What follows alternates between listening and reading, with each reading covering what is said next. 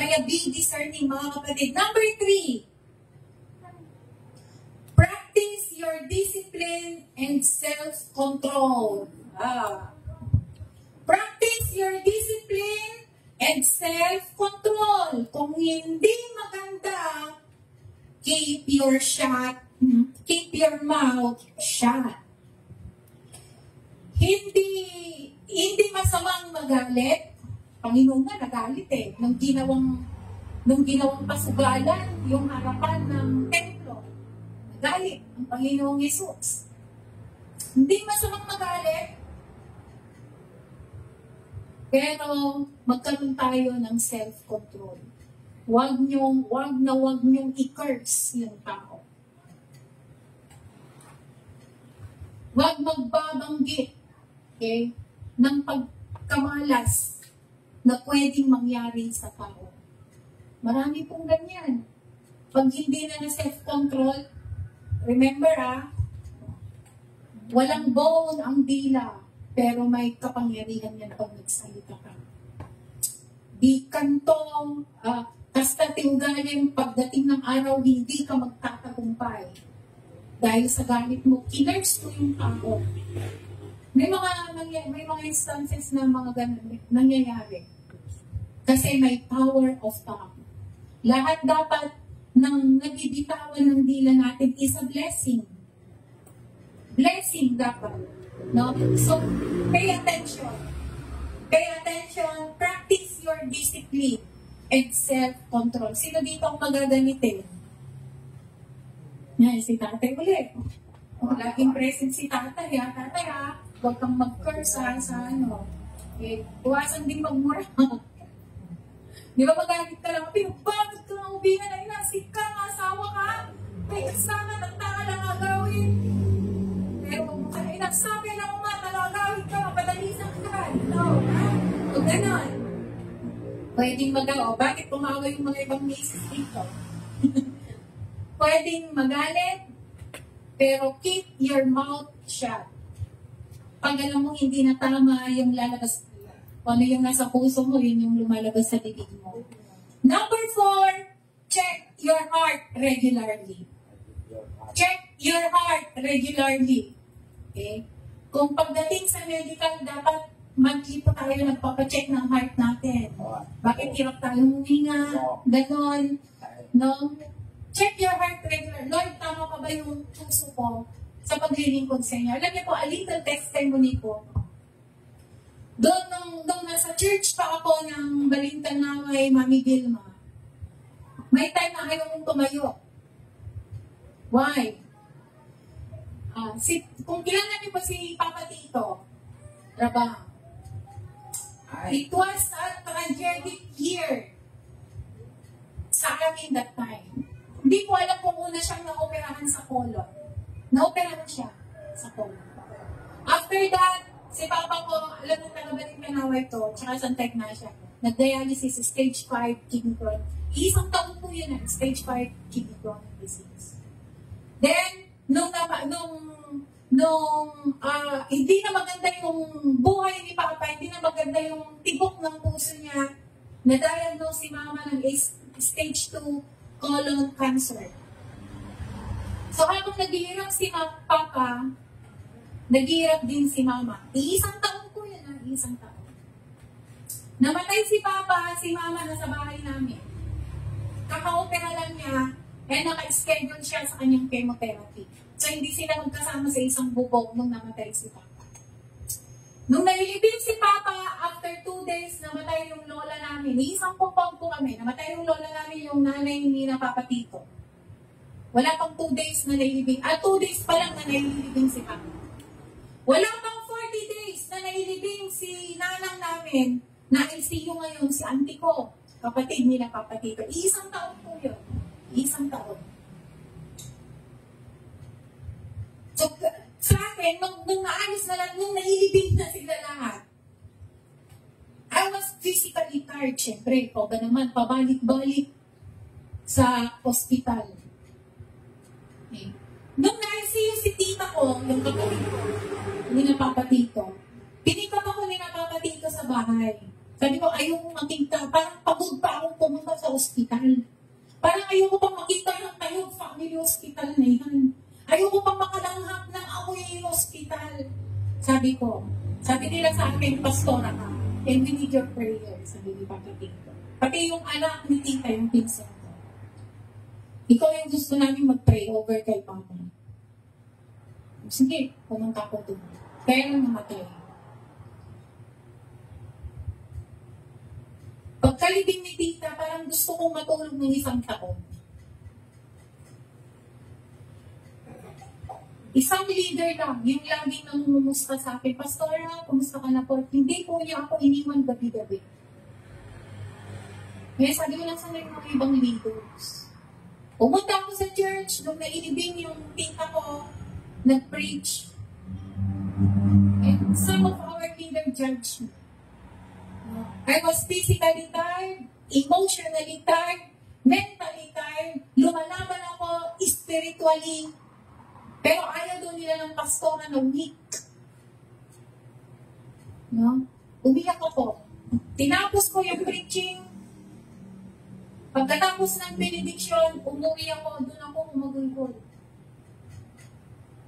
Kahit may yung pastor na wala dito sa Pilipinas, she didn't judge me. Sabi ko, pag yun nasa right church ba ako, nasa right member ba ako? So pagdating ng Sunday, walang pastor ngayon. Tawag sila ng tawag sa akin. Sabi ko, Lord, I cannot go to church. Lord, I cannot stand behind the pulpit to preach your word. Kung ganun sila. Alam niyo po, naiinis ako that time. Galit na galit ako that time. Pero hindi ako nagwala. Nakahiga lang ako, yung galit ko, iiyak ko sa Panginoon.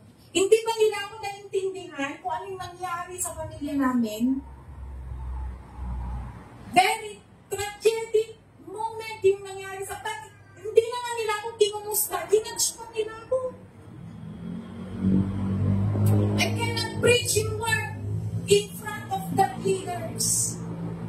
Did you know what? Nag-chat sa akin yung backbone ko talaga, yung right hand. Kung di ako pupunta, ako na muna ang tatayong pastor. Siya daw muna ang tatayong pastor. Sabi ko, go on. I trust you. I trust the pulpit. Sabi ko, God bless. Sabi ko, wala man lang kumusta. Pumunta sila sa bahay pagkatapos ng kala ko namumumusta sila. Pero kumuha pala sila ng kwento sa akin na doon nila nakita na nanghihina ako. Yun ang sinabi nila sa mga iba. Sabi ko, hindi ko pa kayang tumayo. Gusto kong iboy-boy sa kanila kung hindi dahil sa akin, hindi kayo lumapit sa presensya ng Panginoon. Pero no, hindi ko ginawa yun. I praise God. Nung galit na ako, sabi ko, Lord, ayoko yung tao ako ngayon. Ayoko yung maging ganito ako. Ayoko yung ganito ako. I will go to church. Pumunta ako sa church. No? That time, nangihina na din yung senior pastor, Pastor Sullivan. Siya yung nakatoka sa San Nicolas. Namatay din yung senior pastor ko. And that day, sabi ko, wala na, patay na, wala nang magtatanggol sa akin. Totoo nga, inalis na ako. Inalis ako. Nag-design ako. Okay po. And I am glad na sa pag-alis ko may nag-ibang pastor doon. Sabi ko, Lord, galit ako. Pero nakangiti akong nag-pray. Galit ako. Please, forgive me. So I can forgive them. Teach my heart to forgive. Kasi nag-preach ako about forgiveness. Now, I cannot do that. Pero nung natulog ako, nakita ko yung itsura nila. Talagang pinakita ng Panginoon sa akin yung mga pagmumukha nila. At sa panaginip ko yun, niyakap ko sila. Nung nagising ako, I know, God taught me to forgive them. At pag nagkikita kami ngayon, niyayakap ko sila. Sabi ko nga, hindi ako plastic. Pag plastic ako, hindi na ninyo ako makikita dito sa City of God.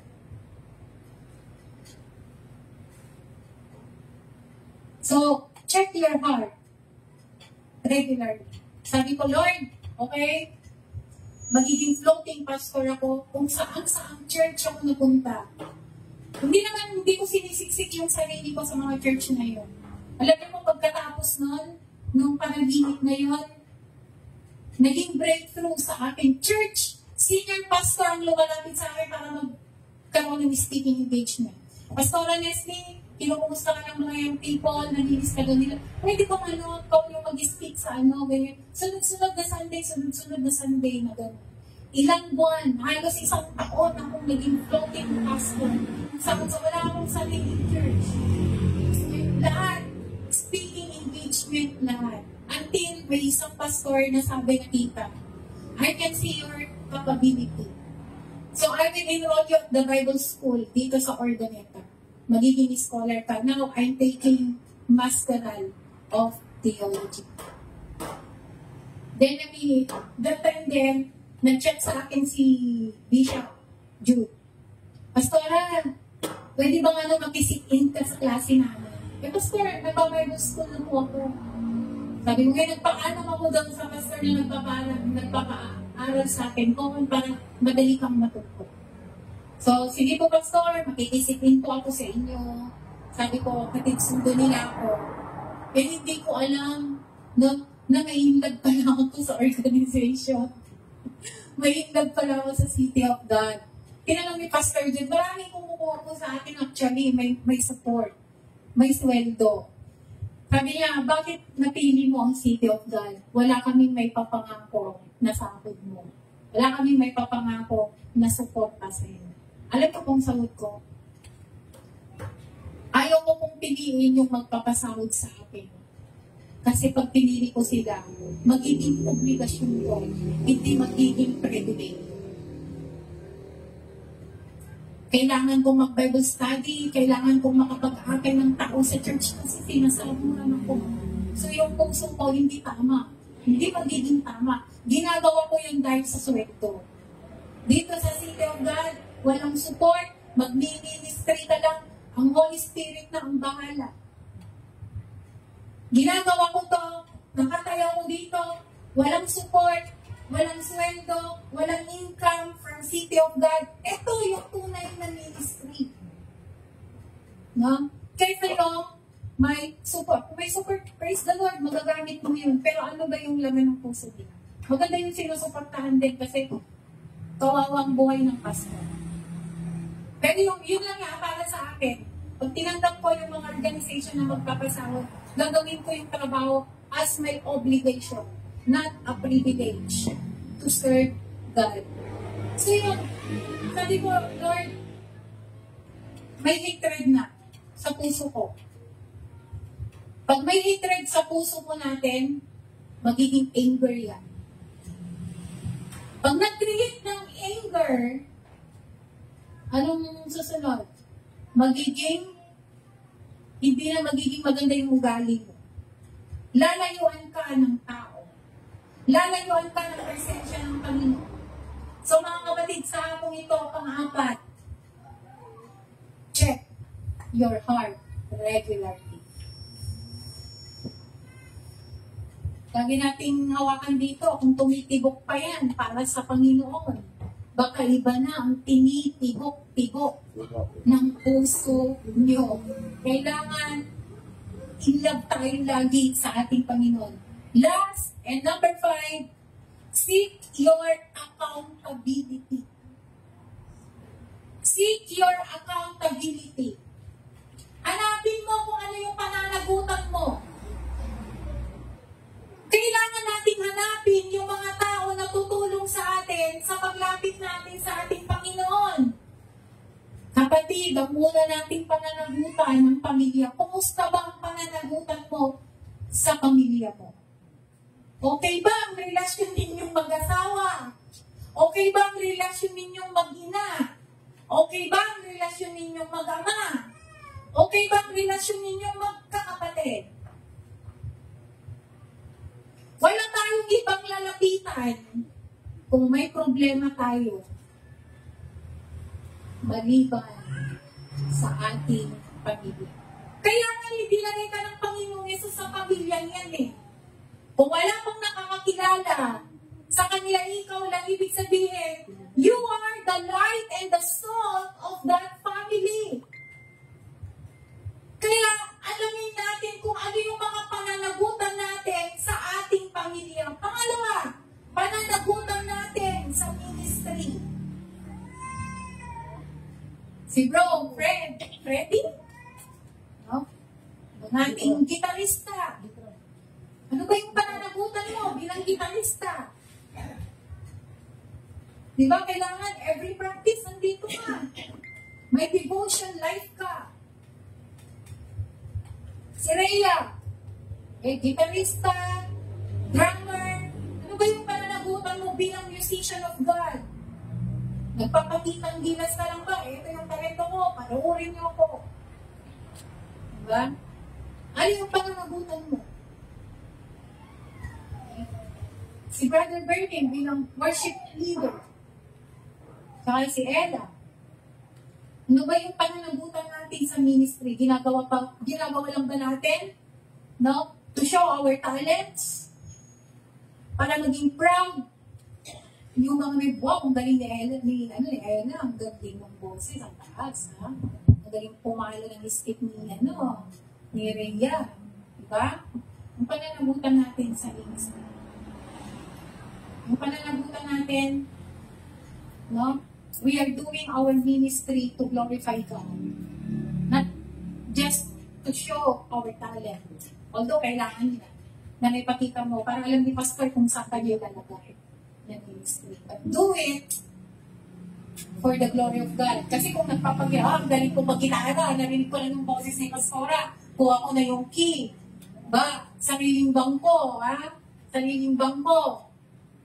Diba? Tinatas mo na yung sarili mong talent. No? Praise God. No? Ginagaling ako ng Holy Spirit. Kakarinig ko lang yung boses ni Pastora. I know that salamat po, Panginoon. Be humble. Pangatlo, pananagutan mo sa kapwa mananampalataya. Kumusta po ba? Pag di na ba umaten, hindi na umaten? Wala na po ba tayong ginagawa para atin siyang bisitahin? Kumustahin? No, meron talaga mo may napunta akong church. Lagi akong ini-invite doon. Ba't hindi ko na nakikita si ano? Eh ako, Pastora, bumalik sa dating awanti palay gaya na magbago, pabalik-balik na lang sa ganyang sitwasyon. Sabi nila sa akin. No? So, seek your accountability. Balik po tayo kay King David.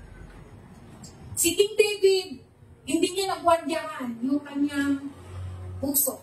Alam niyo ba, may nagawa na sobrang pagkakasala si King David. Kaya nga pinili siya ng Diyos dahil kilala ng Diyos ang puso niya. Tapat.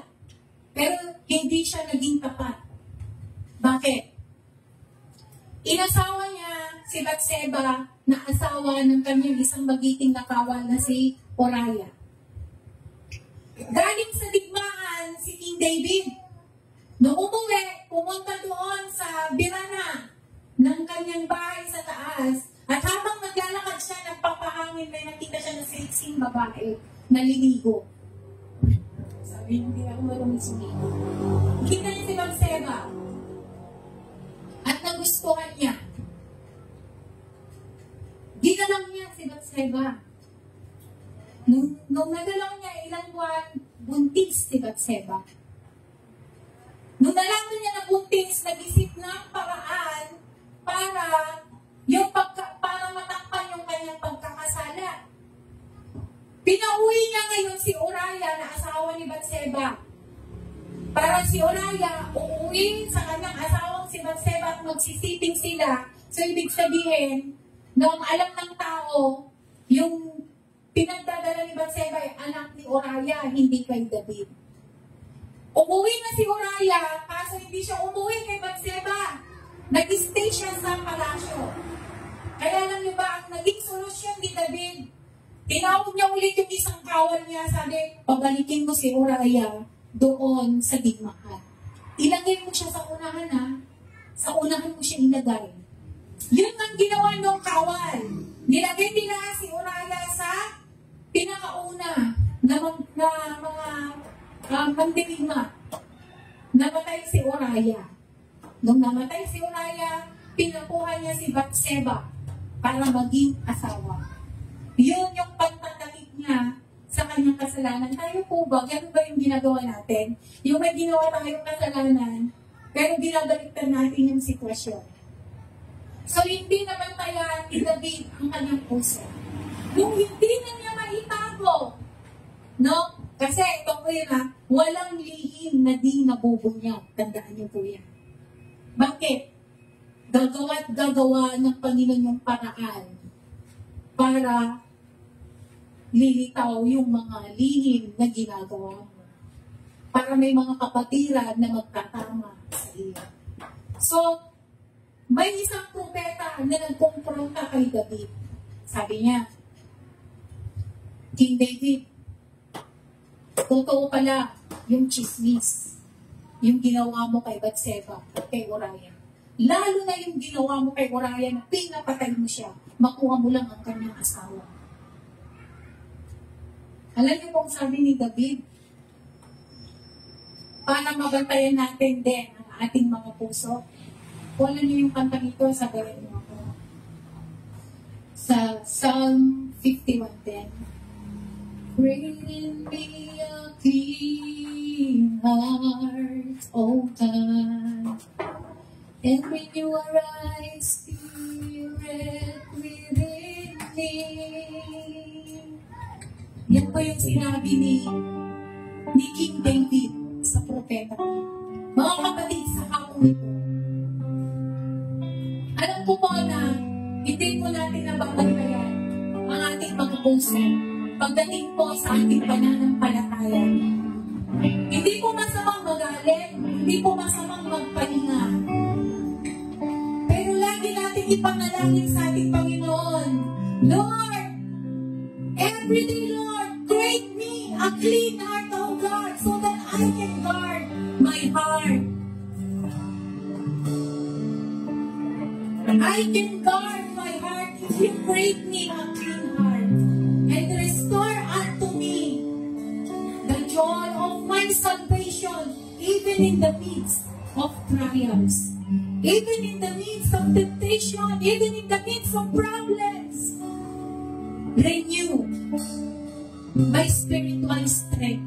Give me the joy of my heart. Give me the joy of my salvation.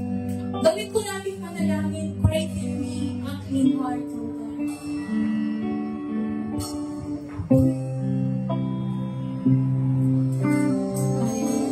Gawin natin isang panalangin.